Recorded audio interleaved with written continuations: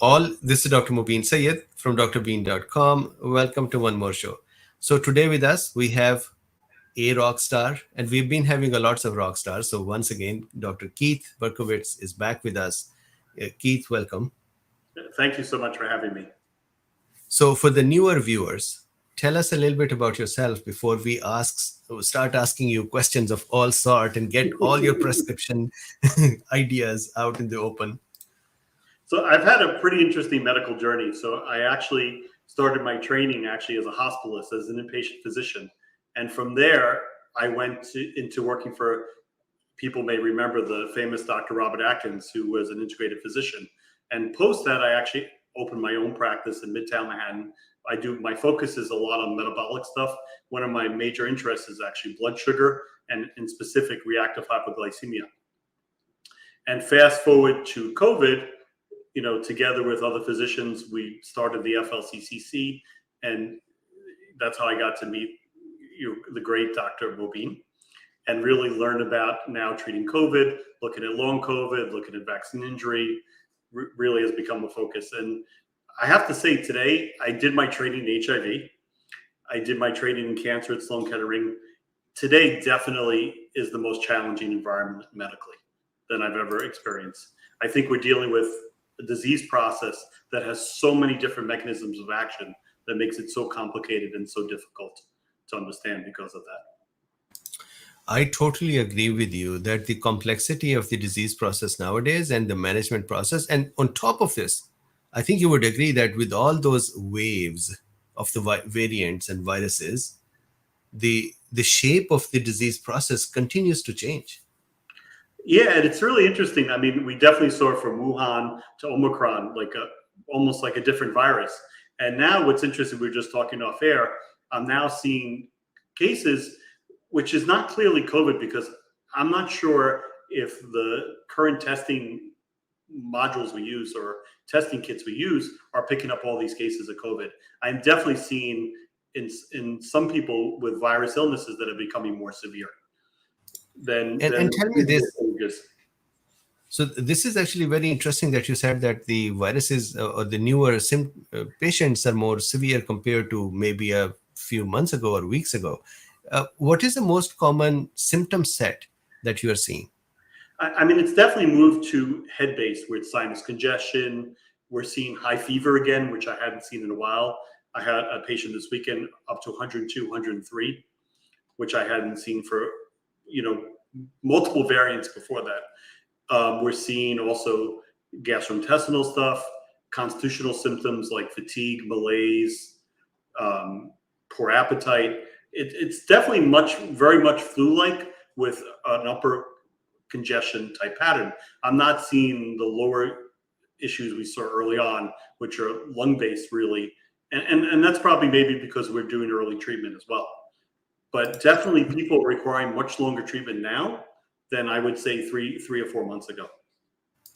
This is very interesting. So a couple of things. One, I'm going to brag that I used to say that eventually the COVID is going to start creating variants that are going to start living in the lungs, in the throat, and leave the rest of the body alone. And that would be a normal human coronavirus. So here we are seeing more and more moving upwards. The second thing is that I did this study review a few days ago about the EBV reactivation. And in that study, they said that if there is a co-infection or after SARS-CoV-2, there is a reactivation of the EBV, then those patients have higher levels of CRPs and they have greater liver function tests, higher numbers, plus their fever is higher than if it was just SARS-CoV-2. And do you think that you may be having EBV reactivation? I do agree. And I'll tell you why. What I'm seeing also low, like you were saying, low iron levels I'm seeing, high ferritin, high CRP, which is kind of going back to what I saw earlier. I'm seeing that. And definitely I'm seeing, patients with lingering fatigue that can last weeks after the acute illness, which really during Omicron, we didn't really see that much. And again, my favorite thing to talk about, I'm seeing a lot of histamine type issues as well. Very interesting. So let me ask you something on this histamine. And you have been my doctor as well. So I'm going to open up something in front of the people Is here. that a disclaimer, I guess? You have to have a disclaimer. Disclaimer. Yes, absolutely. So I reached out to you and I said, my cough, I just continue to have cough. And you said, are you really a doctor? You don't understand the post-nasal spray. And then you prescribed glutathione, and you asked that, hey, if you have the antihistamine nasal spray, you can take that as well. So tell me this, the chronic cough of this nowadays, maybe after COVID, what is the best solution you have seen so far? So it's interesting, and it's a change from before. I would say earlier on we used steroids, right, which was probably the mainstay of treatment, and maybe plus or minus ivermectin. Now I use a lot of antihistamines. I'll also use intranasal glutathione, and the reason for that is actually I do think some of that postnasal issues and congestion is inflammatory, and I think the glutathione has a really good anti-inflammatory effect on that area. And what's different is the cough is not that deep hacking cough we associate with lung issues. It's more that superficial cough that we see most commonly with postnasal drip. And I think that for sure is the most lingering symptom for people. And we discussed this off air. I'm seeing people with 2, 4, 6 weeks after the acute illness still having those symptoms. And what's complicating now, we're in allergy season on top of that, right? So this year is really interesting with the warmer weather, at least in the Northeast, we started seeing allergies begin in March. So I wonder if people with those allergy type patterns already had elevated histamine levels and made them much more susceptible to getting a much more severe viral illness afterwards. I think you're very correct, because a couple of things that are interesting for me with the vaccine and the COVID, and before my life, before these things, I never had allergies before. Actually, in my family of 4, the remaining 3 people have allergies. And I used to look at them and say, man, you guys have allergies. Look, I got nothing. And now, since COVID, I had vaccine in 2020, March One or April. of 21, right? 21, correct. Right. March, April or May, when it came out, right? Then the COVID occurred the year after, and then it occurred 2, 3 times. Since then, my usual problem becomes cough that just continues for some time. So I think that I have gotten now allergies, and more common, I can become allergic to dust and dander and my own cats that I was never allergic to or whatever. So tell me this, do you see that people who did not have allergies starting to develop allergies, or the people who had allergies having higher intensity, more intensity and frequency of allergies? What is the change you're seeing? For sure. By the way, that was my interview yesterday with the Epoch Times about that. So what was interesting is I think there's a mast cell issue that's going on where mast cells are so much more prevalent. And I think what's interesting, and I've heard other people say that, the more exposures people are getting to, it's possibly the spike protein, whether it's COVID vaccine, I think the higher histamine levels they're having. You know, traditionally when we looked at mast cells, we would always try and measure tryptase levels to see if it's an issue. Typically, that's very hard to diagnose and very hard to. But what I've done in the practice, and I know they're not most accurate, I started measuring histamine levels, and I'm finding they're chronically elevated in a lot of people, even asymptomatic individuals. I saw someone last week had COVID back in August, still with postnasal drip, allergies, never had them before, and now we're about 8 months later. And so I said, let's show you histamines. His histamine levels were 30 times normal. So Very interesting. So he had, I think there's the lingering effect. You know, you talked about the Epstein-Barr virus. I think it's also histamines. I think why people are getting sick is their baseline histamine response is there at a higher level. I think they have this hyperimmune response, which is not turning off, right? Typically, mast cells and histamines should turn off over time as you recover from the illness. What I think what's happening is that mechanism, for some reason, I'm not sure why, stayed on in an on switch, or is in a continual phase. Absolutely. I mean, look, I didn't have allergies. It is known I did not have allergies. And here I am. I'm sitting with allergies since these events. So thank you very much for this. And a quick note for the Cool Beans here. Cool Beans, I changed my desk setup, moved my mic up here, and then cleaned up my desk a little. And my monitor where the chat and the other things were used to be here. I moved that over here. And one unfortunate outcome is that the chat has gone all the way in that corner. So if you see me moving like this and looking, I'm really not trying to look at Keith. It is really, I'm trying to read your chats. So please, I'll have to figure out how to rearrange this, but you'll have to forgive me today for looking this way to look at your chat. For example, I see there is a fun fact by, I hope it is a fun fact. A person says Omicron, Delta, Deception, and Ross Island are close to each other off of Antarctica. So that is a fun fact, but I had to go all the way over there to go and find it. So please give me this leeway today. So, Keith, I want to ask you the second thing here. Number one, has your COVID management changed in considering these newer the histamines and the EBVs and the variants? How do you manage today? So what's really interesting that we talked about this off air is ivermectin, which has been a mainstay for us for a long time. I, for the first time, have seen failures, which really didn't happen prior to probably the last month or so. And so we talked about, I have actually introduced a new drug, nitaoxanide, which goes by the brand name Alina. And what it does, what I think where it may be more effective is it's a very good medication against Epstein-Barr virus, where it has really good properties against that, and at the same time also can activate COVID. So I think maybe what we're seeing and what you're saying is we're seeing that joint infection. So the joint infection is making people so much sicker than they had previously been. Or maybe happening is Epstein-Barr is staying activated for a long period of time, and the immune system is just not able to fight off a second virus.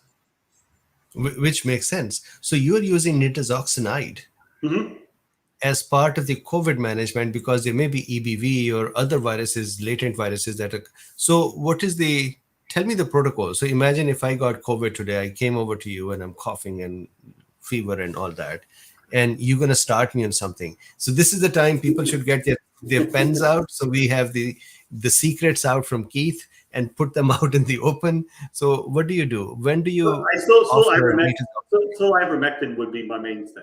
I mean, still as first line. I'm now using antibiotics as well. I mean, and that's my style more because of the anti-inflammatory effects with the nasal congestion as well. So I'll use Zithromax. Sometimes I'll use Augmentin. I'll use a nasal antihistamine spray. Oftentimes, I use the very similar vitamin protocol we've used in the past: vitamin C, vitamin D, zinc, quercetin. I use quercetin with bromelain. Actually, I'll put people on a probiotic at the time. Did I miss any quercetin? I think, yeah. With vitamin D and vitamin C, I've actually been using higher doses more recently, where I'll give a loading dose often of vitamin D now. And I find that very effective. For me, in the last year, as when I felt sick, I gave myself a loading dose of vitamin D, and I really felt better within 24 hours. And vitamin D and vitamin C together. Got it. Thank you very much. So nitazoxanide has become a part of this as well. Ivermectin is a part as well. Tell me, what is your observation with nitazoxanide? Of course, you started using it and you are using it. How did you start using it? And why do you keep using it? What is the observation that makes you feel that, hey man, I want to use this drug? I think for two reasons. So I actually used it years ago. So I'm familiar with in the past. I used to use it for people with blastocystis hominis, which is a protozoan. It works for Giardia. You know, that's its past. And what's interesting about it, and because it works on the gut microbiome, the same way ivermectin does, I think it has such a great benefit because of that. Who introduced me to this again is our friend Paul Merrick, who put it into his protocol for RSV and influenza treatment. And what was interesting to me, I started seeing a lot of cases with long COVID and vaccine injury with acute Epstein-Barr virus or reactivated Epstein-Barr virus, where some of them benefited from ivermectin early on, and I started seeing that benefit wear off. So later on, as time goes on, I started seeing less and less of a benefit. So I was looking for another antimicrobial to really take its place. Got it. Thank you very much. And then I want to ask you about EBV. How do you know that it is EBV reactivation? Do you do labs? Do you suspect clinically? What is your approach? Here comes a patient. Why would you think there is EBV, and what do you do to verify that? Okay, so there's two different groups, I say. There's a group where, and I do lab work. So there's a group where it's clearly acute infection. They'll have positive immunoglobulin M levels, right? So we know that's acute infection. What's interesting about this, in my 25 years as physician, I rarely saw an older person with acute EBV. It was very unlikely. It was mostly younger people, teenagers. Now I'm seeing people with acute immunoglobulin M levels, but also positive immunoglobulin G levels. So I know they've been exposed before and now have been re-exposed, but re-exposed in an acute way. Then there's a second group, and the second group is much, much harder to diagnose, because we know in reactivated Epstein-Barr virus, only less than 4% have positive immunoglobulin M levels. So a large number will have positive immunoglobulin G, which is the longer term immunoglobulin, but so does everyone else. I would say 90, although I had one 50-year-old who never had Epstein-Barr virus, my first case. So then, do you test for the T cells as well? Yes. Then what I'll do to differentiate if there's a T cell activation, either in two ways: a lower immune response where CD4 and CD8 are low, or an elevated CD25 response. And that is often a clue. So I figure if the T cell response is activated, then it's probably reactivation or something else where the immune system is being challenged. Very interesting. Thank you very much for this. And for the physicians or the providers who are listening, please take notes. Dr. Berkowitz's work. I think that it is all because of me that he actually just lays it out there, but it's actually him who contributes. So take notes. These are important notes. So there is a good question, and I thought that we'll discuss this in detail as well. So John says, does Dr. Berkowitz use monolaurin? And the answer is yes. Actually, you had a guest previously on your show, Dr. Stephen Phillips, who actually taught me how to use monolaurin. He had experience using monolaurin in his Lyme patients, especially for chronic maintenance. And yes, I've had started using it with long COVID. I don't use it as much with acute COVID, but more long COVID. Or if I'm transitioning someone off of ivermectin, I may switch them over to monolaurin. I think it's a very well tolerated. Monolaurin comes from coconut oil, one of our favorite things. It's a lipid-based molecule that has really tremendous broad range antimicrobial effects, viruses, fungi, bacteria. It's an amazing molecule. So we're going to talk more about long COVID and monolaurin a little later as well. I still want to talk more about the acute COVID. So the nitazoxanide, what is the mechanism of action that you know of, which may be playing a role in the management of EBV plus SARS-CoV-2? So this is what's interesting about it. I think what's very different about it, its effect on preventing the virus from using ATP. So ATP is our energy source, right? In our bodies, it's the byproduct of the Krebs cycle or mitochondria. It's what makes our engine go. So viruses, and you correct me if I'm wrong, you're the expert. So viruses use our ATP to be able to survive and replicate. So I believe that nitazoxanide, I pronounced it wrong, prevents those cells from using the ATP. In addition, it has a very similar effect that ivermectin does, that it also has an anti-inflammatory effect. And I think that's why it's so special, that it also has broad-based anti-inflammatory and can block a lot of those pro-inflammatory cytokines the same way that ivermectin does. Actually, this is so interesting. You and I were looking at this as well, that within our cells, nitazoxanide works on the electron transport chain in the mitochondria and kind of decouples or uncouples the phosphorylation, meaning the electron transport chain from the ATP synthase enzyme. It just dissociates them. And so now, even when the raw material is present, the cell doesn't make a lot of ATP. And if the virus is sitting in there, the virus is not going to get energy to build itself. And all of a sudden, the virus is stopped. And then, as you said, on top of this, it is anti-inflammatory as well. So could you say that nitazoxanide in acute COVID is a game changer, or it is just, hey, this is one more thing that may be used? I think it's one more. I mean, where it's a game changer, I think, is in the Epstein-Barr virus.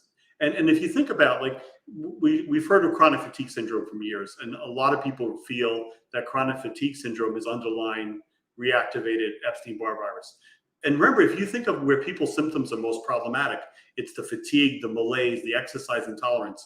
So if you're able to change mitochondrial function by removing the virus almost impact on that, that's a game changer for people more than anything else. So maybe a game changer, not necessarily for the effect on COVID alone, but the effect on this other reactivated virus that seems to be tagging along these days.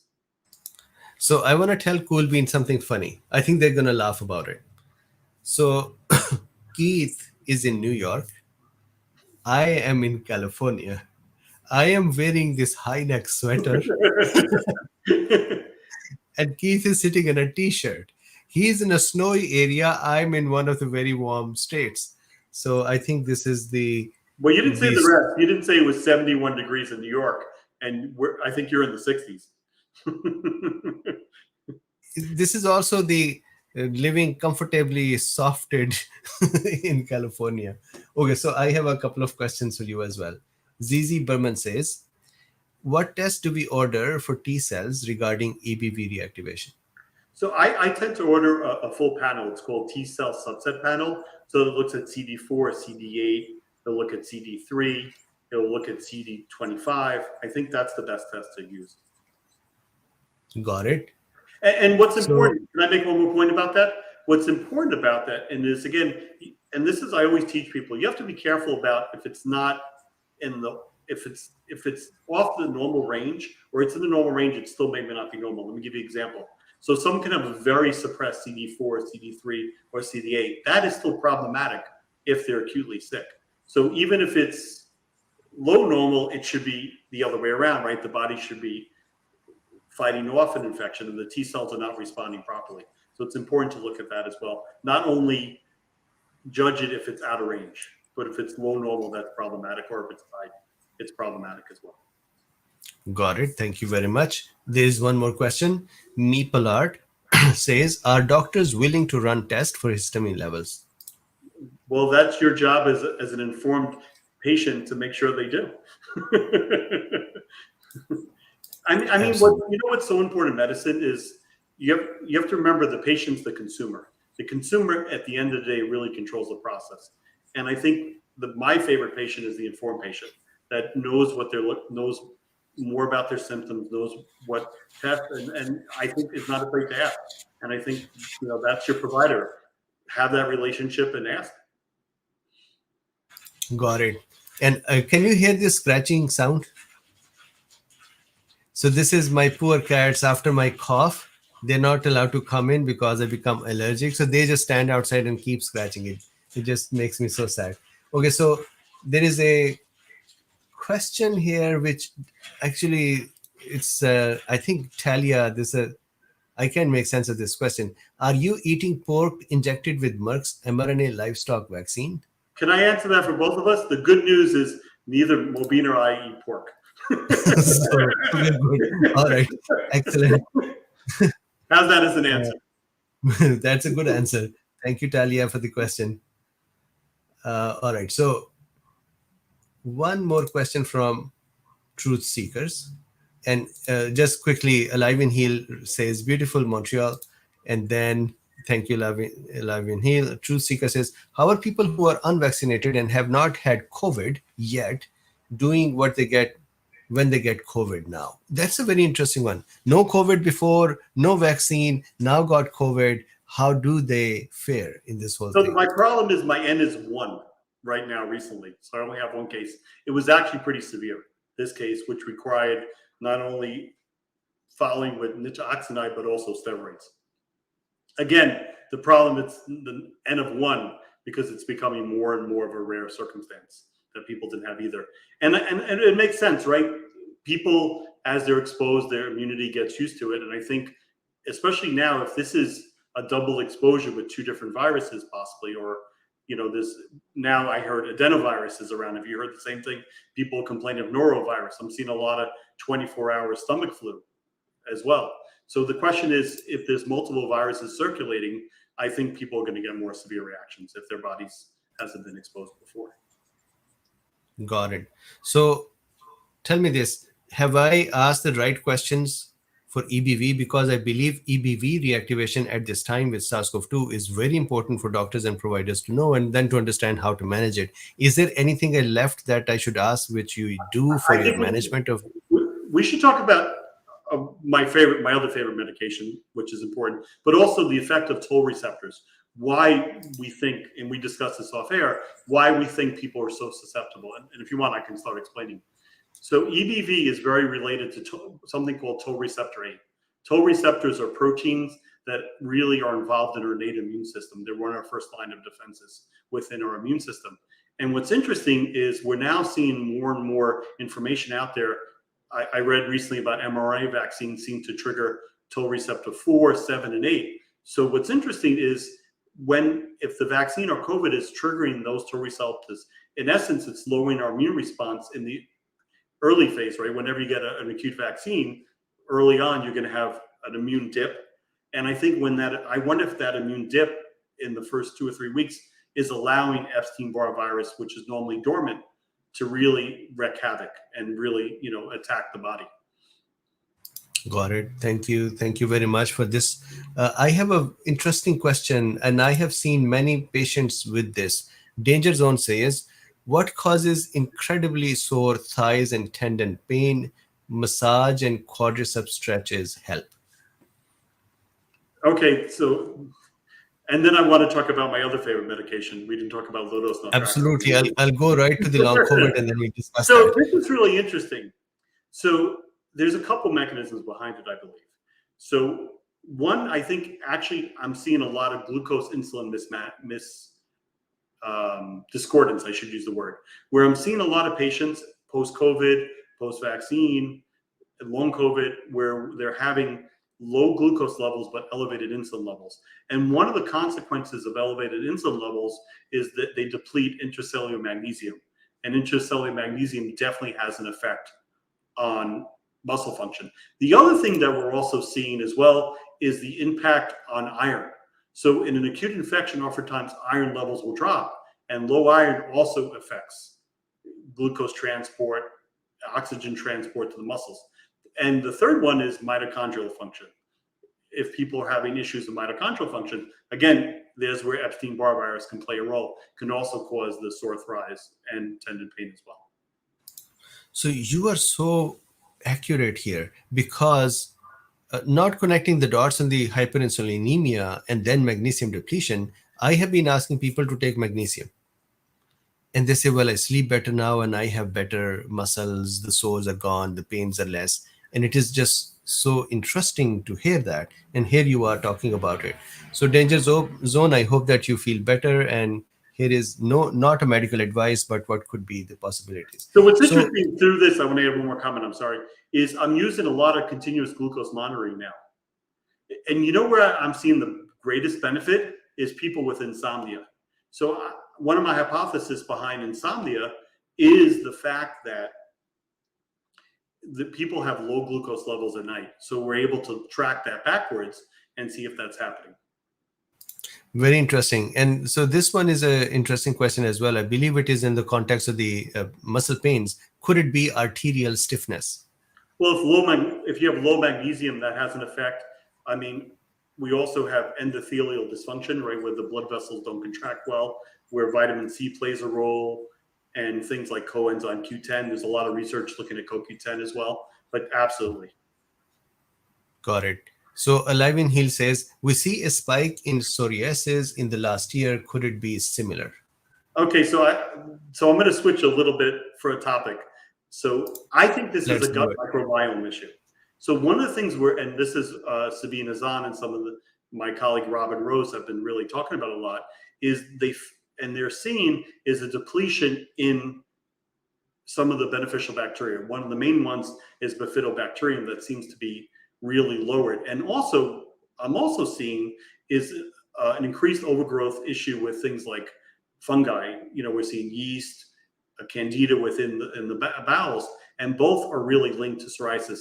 The other thought is psoriasis also autoimmune, right? So if we're seeing an autoimmunity process through this hyperimmune, like for example, high histamines, that will also play a role as well.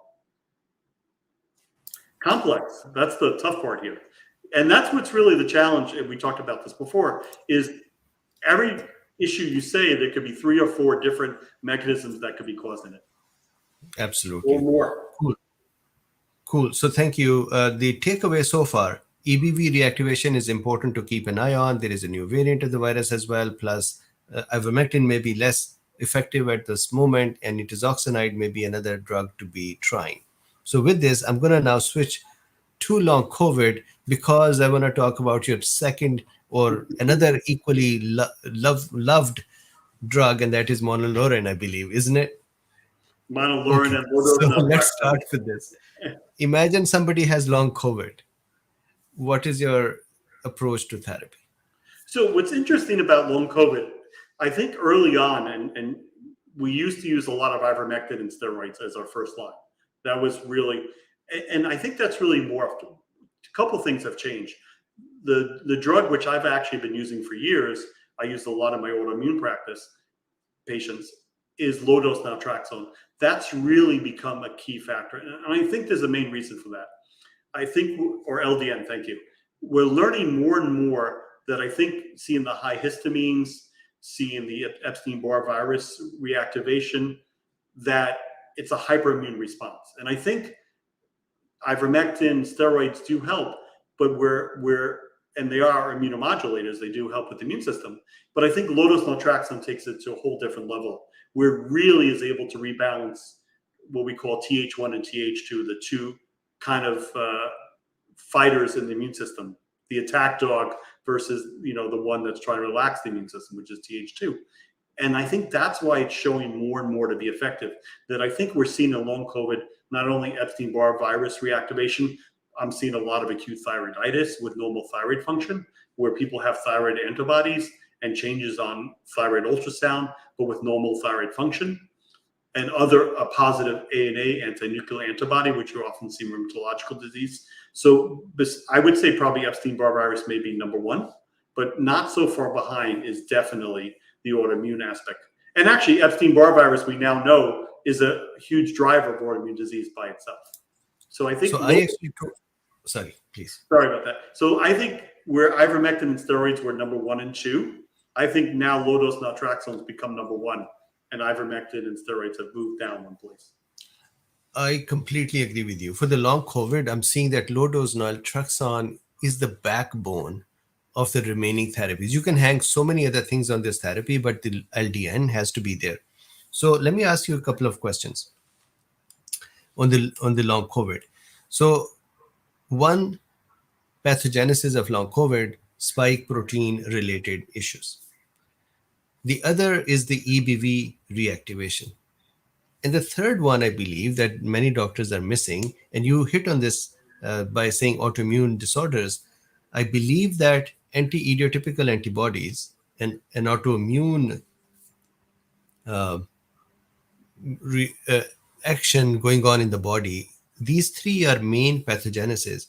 Do you feel that these three are correct, or there is something else you're seeing as well? I think there's 2 others that we'll look at. I think and they may be offshoots of this. I think there's a gut microbiome issue. So the other thing I use a lot of is colostrum or bovine immunoglobulin to really work. And by the way, for histamines, that has a good role as well too, because it really works on the inflammation within the GI tract. And the GI tract is so easily damaged because it's unlike other parts of the body. It's a mucosal layer and it's only one cell layer. So it's very easily damaged.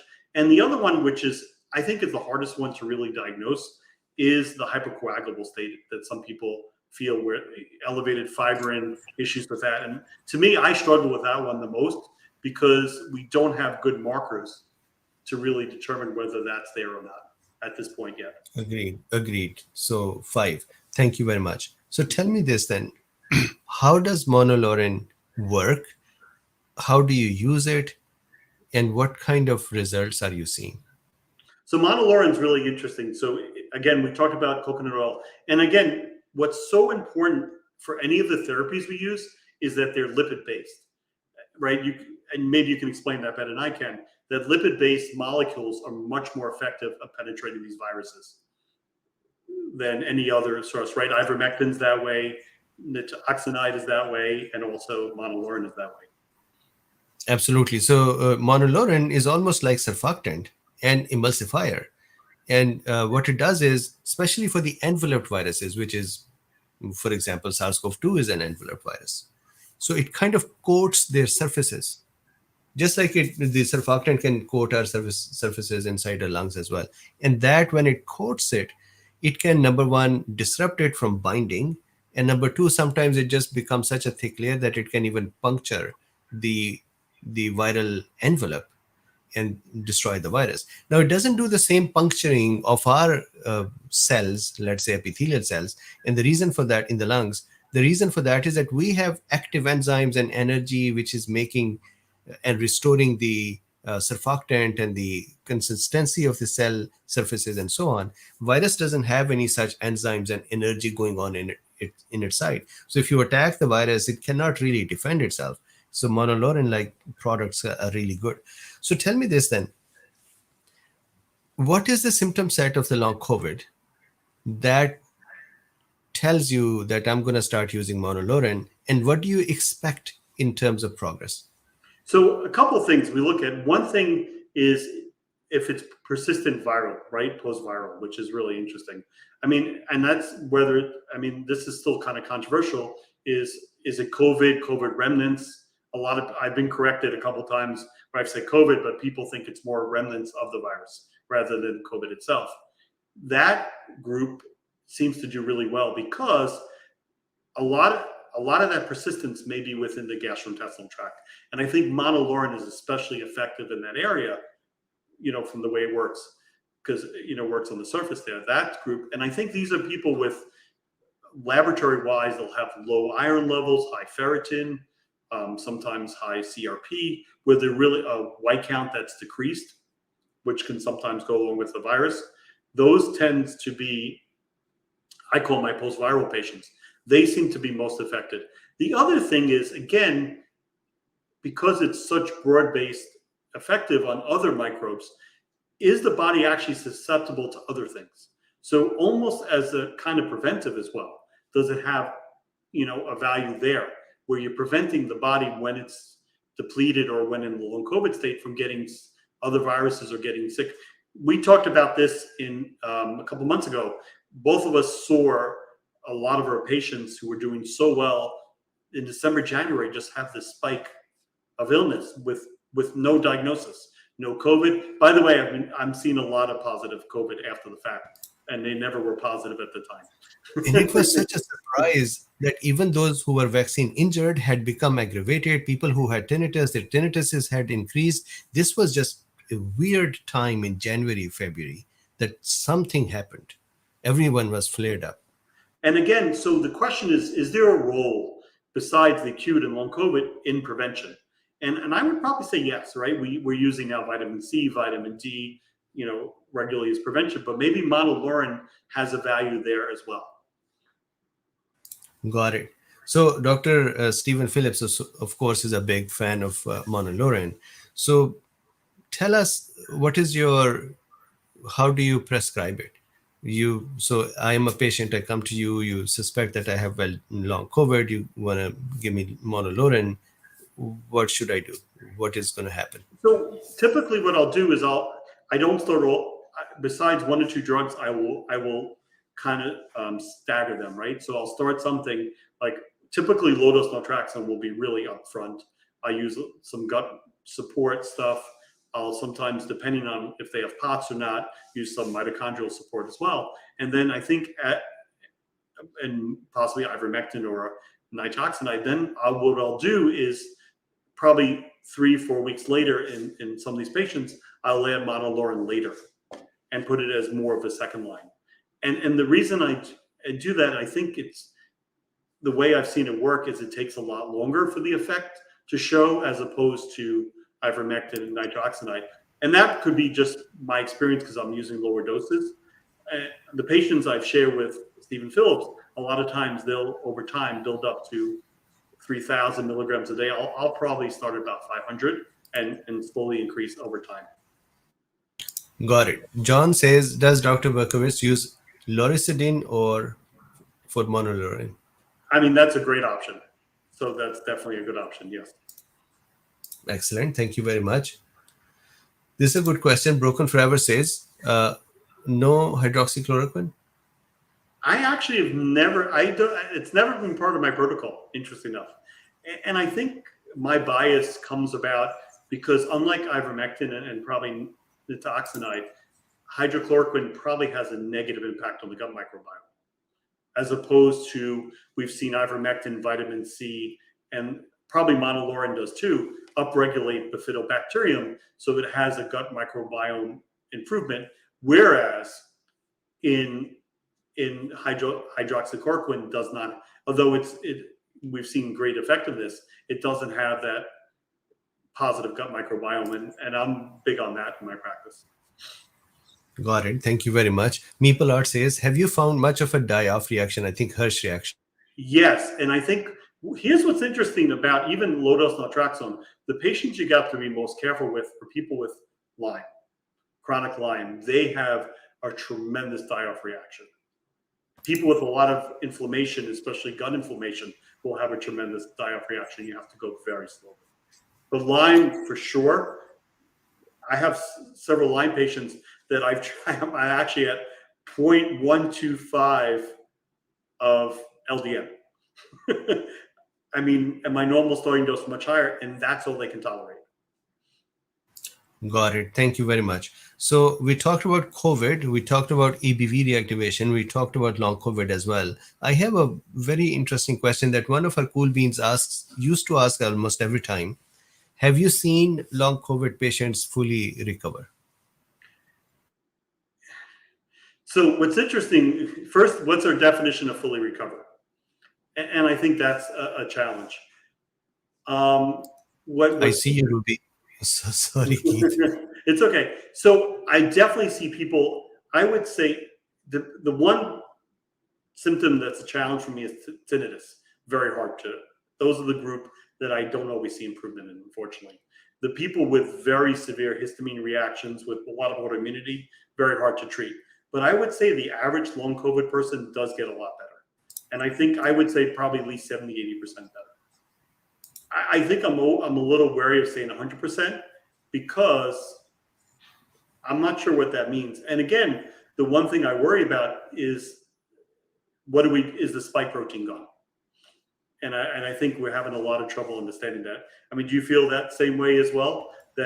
Absolutely. So I feel that there are so many things that get triggered, autoimmune diseases or the anti-idiotypical antibodies or mast cell activation or macrophage disruptions, immune system imbalances, that in some patients, it doesn't seem like they ever go back towards normal. They just get stuck. Just like if I have now allergies, I don't think these allergies are just going to settle down anytime soon. And now I'm stuck with it. So it looks like the symptom set does become recovered 80-90%, but there is still some inkling that I have this. And there is another thing that I'm observing in patients.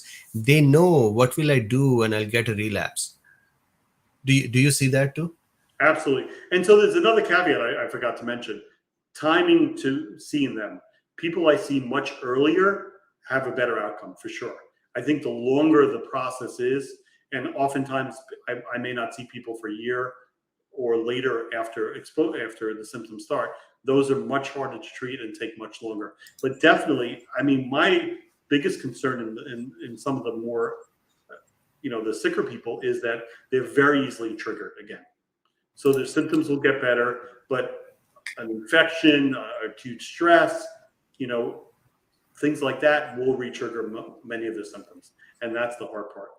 I think what I find is people get to at least a functionality level and a good functionality level, but is it full repair? I'm not sure about that yet. Got it. I would actually tell you a story about a patient, but before that, existence.com says, what about nicotine patches for long COVID? I mean, I've never used it. I mean, have you? That's not part of my normal armamentarium. Doesn't mean it doesn't work. Absolutely. So GK says, Dr. B, do you do telehealth? So is that Dr. Berkowitz or Dr. Bean? So Dr. Bean, no, not in the US. And Dr. Berkowitz, how about you? Yes, and actually, yeah, and I do in New York, New Jersey, and Florida. So how did they reach out to you? Is there a website or a phone number? How do we find you? So website is centerforbalancedhealth.com, and email is info@centerforbalancedhealth.com, or phone number 212-459-1700. Thank you very much. So now I want to tell you a story which, when you said that the earlier somebody is managed, the better the outcomes. There is a patient who, in Pakistan, I was visiting various colleges. I wanted to make sure that there is an awareness about long COVID and the vaccine injury. And because this gap between the acute disease over and the new disease starting, and that 1 month, 2 months, or a few weeks, that gap is enough to disconnect the long COVID from the COVID, and people just do not know what this is. And so I wanted to create this awareness that one has to be very, very careful if there is this symptom set that just emerges out of nowhere. So I was sitting at the airport, and there was another American who was coming back to US, and we were talking, and he said that, what were you doing here? And I said, I was going to various colleges, and I was creating this awareness. In the US, we are FLCCC, there are so many people who are working on it. In other countries, maybe not as many. And he said, so what do you mean by vaccine injury? What do you mean by long COVID? And as I explained it, his eyes just kept widening. And then finally he said, you know what? My wife had her booster a few months ago, and now she is declared bipolar, and her doctor has started her on psychiatric medicines, but she was never like that in her whole life. And she said that she wants to die. Meaning there were lots of neurological and psychological symptoms. I said, maybe think about long COVID or vaccine injury as well, and maybe go to FLCCC, look at the protocol, discuss with your doctor. Now, mind you, that doctor had put her on psychiatric medicines, and he was saying they are doing zero help, nothing is helping. Then he came back. I think when we're done, I have an idea why that's happening. I'll explain. Yeah. So he said nothing is helping. Then he came back. He went to the FLCCC site. He saw the drugs. He went to doctors, and they prescribed her. It's now, whenever I came back, I think it's about a month or so, he has been consistently sending me messages since 2 weeks of her using these drugs that she's fine. So yesterday he sent me a message saying she is active again. She's taking care of the children. She's going to their school. She's working with them for the homework. She says, I don't have suicidal thoughts anymore. And I was thinking, I'm grateful that she is feeling better, but how many patients are out there who will not even have a thought, or their doctors will not even have a thought that this may be long COVID or vaccine injury, and they'll keep going in that state for a long time and probably be stuck with that, or not become recoverable easily, or have tissue damage. Do you see this? Yeah, I have one of my own patients, which was recent, which is a really interesting study, developed iritis, which is inflammation of the eye, went to a specialized ophthalmologist, retina specialist, and did this whole autoimmune workup. And her and I sat down, and I said, this is long COVID. And it turns out, and unfortunately the specialist doesn't believe me, she has acute Epstein-Barr virus. the acute Epstein-Barr virus is triggering the eye inflammation. And what's interesting about this specialist is he's like, oh, herpes viruses trigger this. And I'm like, is an Epstein-Barr virus a herpes virus? It is the herpes virus, yes. So this is my own patient who I've known for several years, didn't realize her symptoms were long COVID. I would say I have a fair amount of patients that come to me with autoimmune symptoms or other things that had no idea that there was a relationship with long COVID. Do you mind if I address that other patient? I have a thought about that for a second. Absolutely, please. So a couple of reasons. One is the thyroiditis we talked about with the thyroid. But a more interesting one that I've been finding more and more is there's some research now looking at gut microbiome, especially we call Bacteroides and Firmicutes. Bacteroides and Firmicutes are really interesting. The balance of them is so critical for the production of GABA. So I'm seeing a large uptick in anxiety. And what's interesting is, and maybe insomnia from that as well too. And remember, if you think of bipolar is often triggered as its first symptom is insomnia. And what's interesting, and also, by the way, blood sugar dysregulation can also affect that too.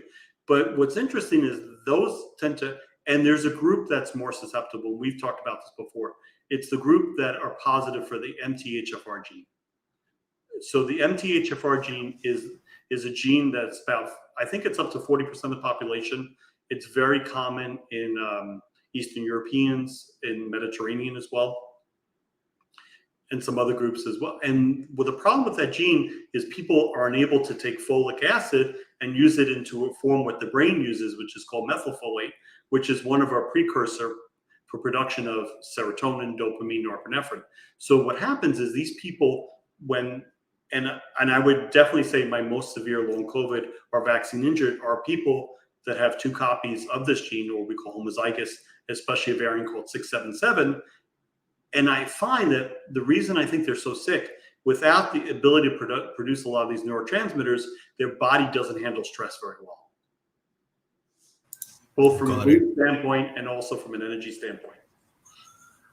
Got it. So thank you very much. I would also discuss this with him to discuss. Sorry to add that, but no, thank you very much. It's actually my usual need from you is that when you're here, you lay out the prescription so people and doctors and providers can hear and listen and maybe incorporate some of that and help people. You know what's I so just interesting think, about that point, yes. and my style of practice, I think what's so challenging here is sometimes you have to cast a wide net.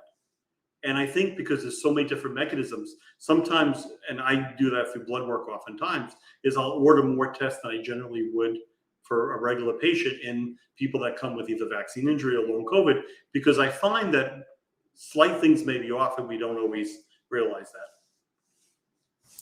Got it. So this is the set of questions that I have. Is there anything on the closing? Thank you so much. We are like almost an hour of your time, and you are on the East Coast side. So thank you very much.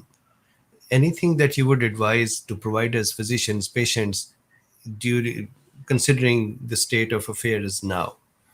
I think you brought a really good point, and I've talked to other physicians. I think the other problem is physicians don't also recognize long COVID or vaccine injury. I think it's very important for individuals to start and learn and educate themselves. And when a symptomatology doesn't make sense, to look at these as options. I think that's so critical, right? Do you find the same thing, that talking to other physicians, they also, so it's very difficult for a patient when they go see a physician, if the physician doesn't, or the other medical provider, should say, any medical, I have those symptoms. I have no idea how to solve this. There are providers, there are physicians who, in an effort to say that vaccines are awesome, they would not consider anything else, vaccine injury or long COVID, and not educate themselves, not bring themselves a notch up, because it is the need of the time. Look, the whole world went through a pandemic. We are not emerging out of it in a healthy state. We all have some sort of a damage. May that be psychological or financial or health. And we have to have, the doctors have to have open mind, look at the evidence, do the studies, and figure out. I worry a lot for vaccine injury and long COVID patients because of this disconnect from acute to when it starts, and not much physicians are helping. So one So, thing I'm not sure about, and this is what I cannot understand in my colleagues, is patients come to you because they're not feeling good. People do not make up symptoms. correct. And I think where they struggle, and I see with this more than vaccine injured and one any other group, is they're bothered by the fact that no one believes them. And what's interesting, this is our previous chronic Lyme patients, our previous chronic fatigue syndrome. We can name syndrome after syndrome over years. And I think, if I can say to medical providers, or is you got to listen to the person in front of you. They're going to lead you to the answer. It's not the other way around. Absolutely. So Denise says we're all maimed, degree doc. We are all broken in some way nowadays because we came out of such a huge challenge, and physicians have a responsibility to bring themselves up to speed to figure out how to help. So, sorry, Keith, you were going to say something. So the other thing which is so interesting is the destruction of personalized medicine, which was such a push before the pandemic that all of a sudden that just got through. And I've always learned as a physician, ethically, our duty is only to the person that's in front of you at the moment, no one else. So one last question. I was going to wind up here, but I'm seeing a communication going on in the comments. I have time, by the way. I got time, so. Okay, thank you.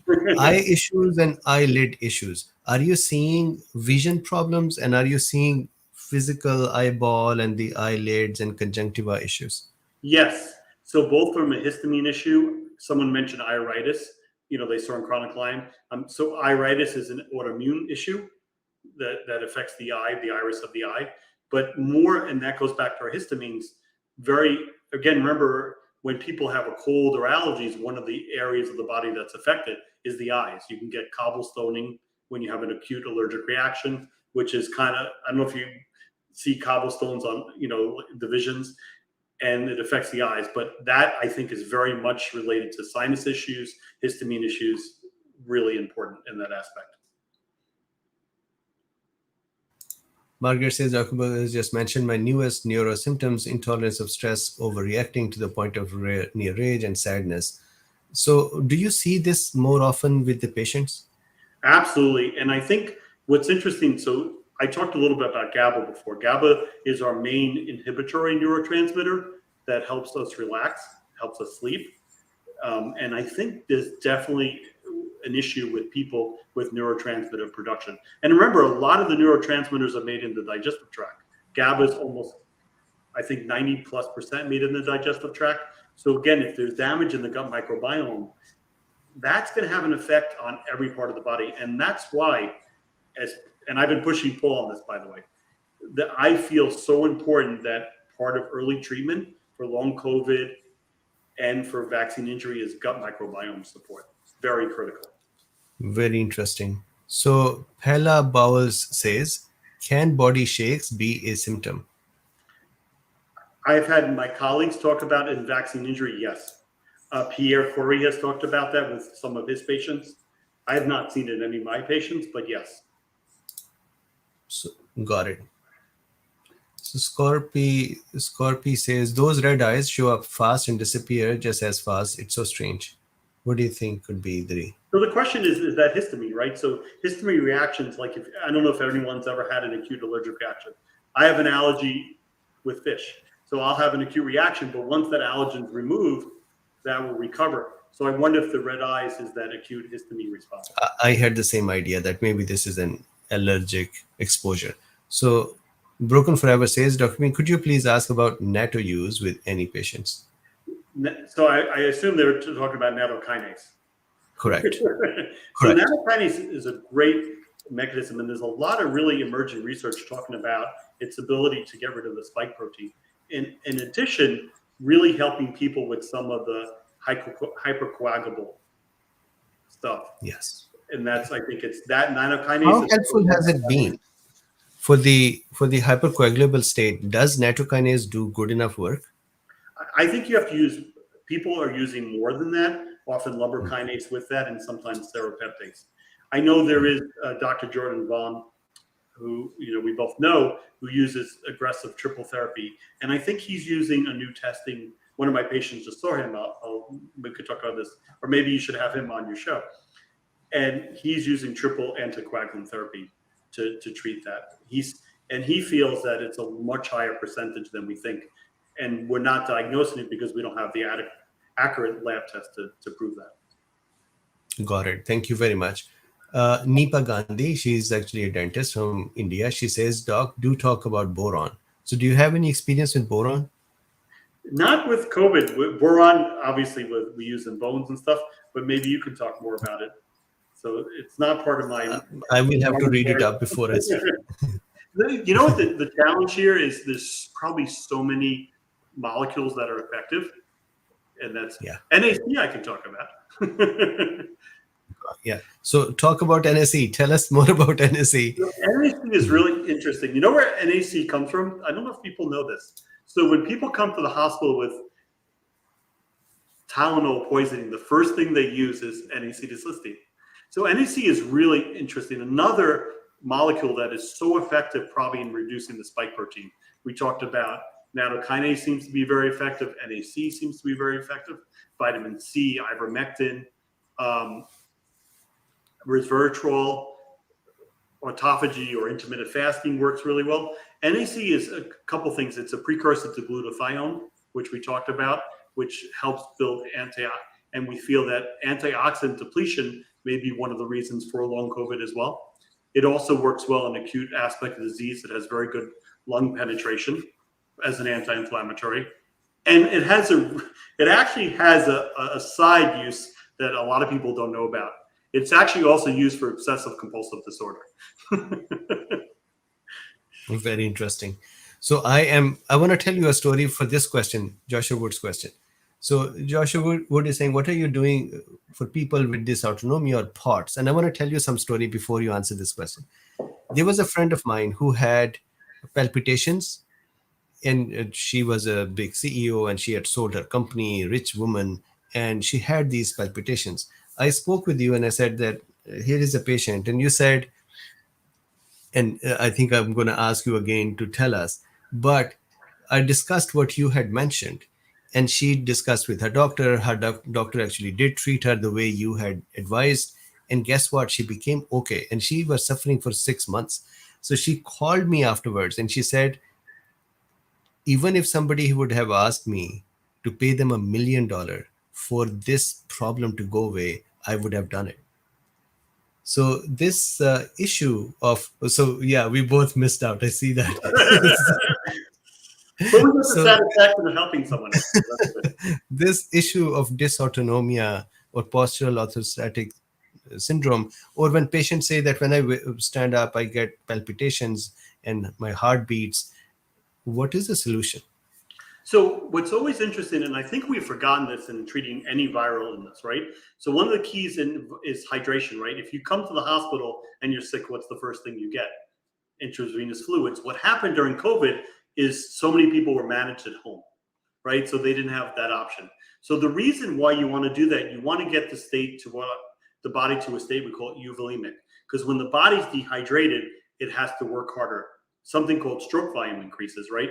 So stroke volume is either blood pressure or pulse. Your body has to respond with either higher blood pressure, higher pulse to compensate for the fluid depletion. One way you actually can tell, people often get an echocardiogram, they'll see what we call an elevated left ventricular ejection fraction. The heart is pumping harder and faster. And so what happens is I use that with magnesium. That's first line therapy. Once that euvolemic, one of the tricks I use in the office, I actually give people intravenous fluids until they have to urinate. Until they have to urinate. So that's a trick to see if they're euvolemic. So once they have to urinate, their body. Number two is the other treatment, which is really effective, is intravenous vitamin C. And I think people don't realize, or they forget, vitamin C is such a great stabilizer of endothelial function. By stabilizing endothelial function, you actually can improve blood flow.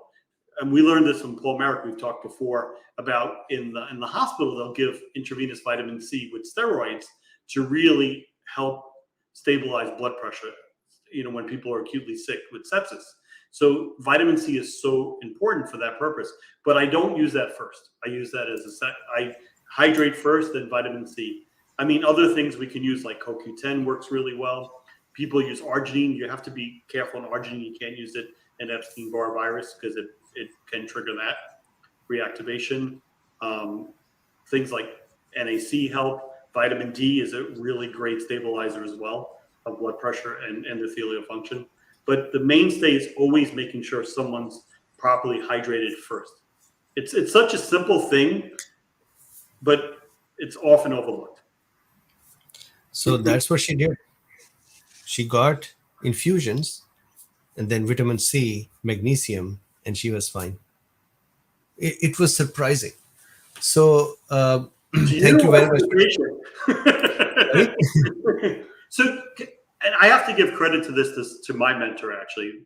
So people used to think of Dr. Atkins and diet, right? He's famous for a low-carb diet, but he was really a brilliant integrative physician.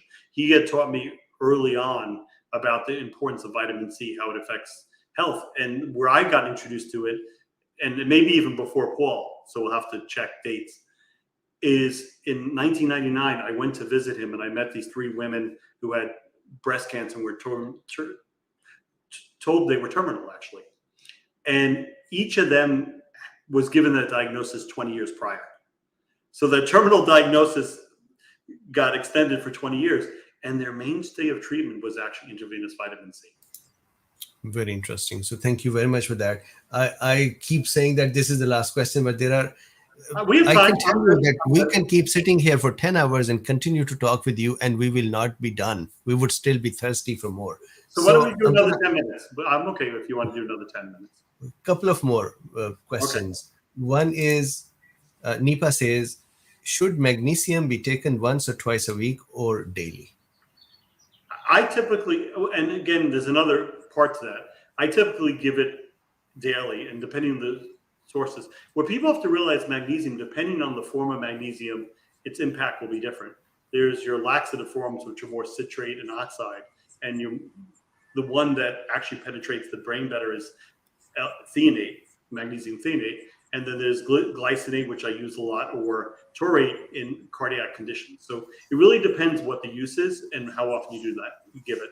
And for things like POTS and dysautonomia, probably twice a day is probably the most appropriate.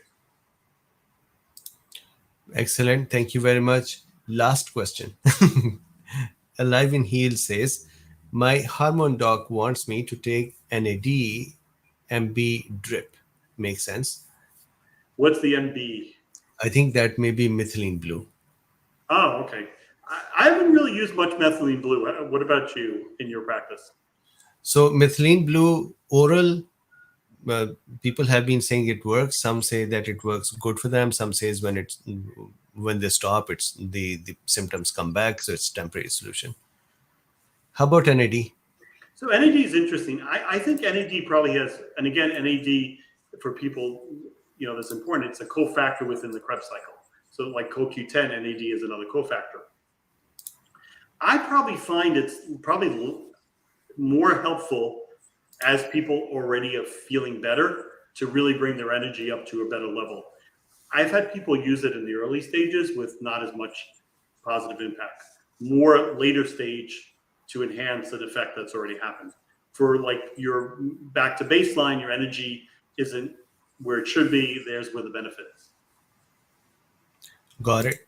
So truly this time we'll stop. Thank you so much. I think we should invite you again, and there is so much more to discuss as well. I'm very interested in MECFS as well at some point. So thank you very much. Thank you for being generous enough to actually share your prescriptions, your methods, your way of working. I had once in the early time of COVID, a doctor who joined, who was actually great doctor, knew a lot. And I kept asking him for some prescriptions and some methods, and he would not tell. And he would just keep saying a drug, O drug. And it was just a disaster in terms of bringing value to providers. So thank you very much for your generosity. Well, it's so important in this stage, right? We talked about if the providers aren't educated, see, I learned something so important, and this is what I learned from Dr. Atkins. So can I end with one more thing before? Please. So I want to talk about a conversation I had with Dr. Curry 2 years ago. So we discussed, or 3 years ago, when we first started the FLCCC. He was talking about how we have to change doctors. Doctors will change. That's the change. And I go, no.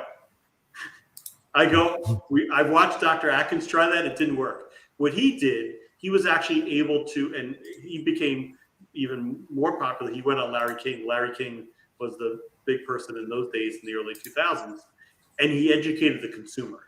So I think one thing which is so great today is the consumer has so much access to information, and the consumer really can become that advocate for themselves and become a better patient. I think the key to being successful as a patient is to become a better patient and a more informed patient.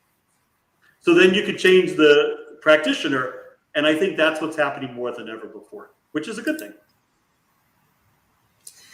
Absolutely. And there is a cool bean. I'm smiling. There's a cool bean who actually just named the doctor that I am talking about. So imagine this, that there was 2 years ago that interview, and people still remember that we couldn't get the value for the time.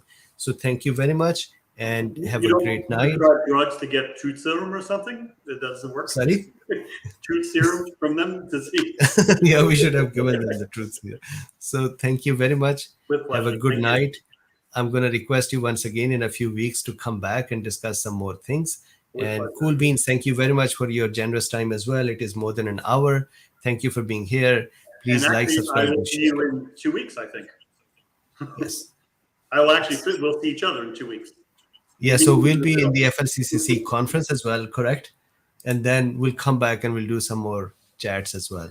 So with this, thank you very much. And if any one of you want to support this work that we are doing right now, there are links in the description of this video, and you can do that. With this, thank you very much. I would see you not tomorrow, because tomorrow are the Supporting Beans Zoom sessions. I'll see you on Thursday. Bye for now. Have a nice evening. Thank you, Keith.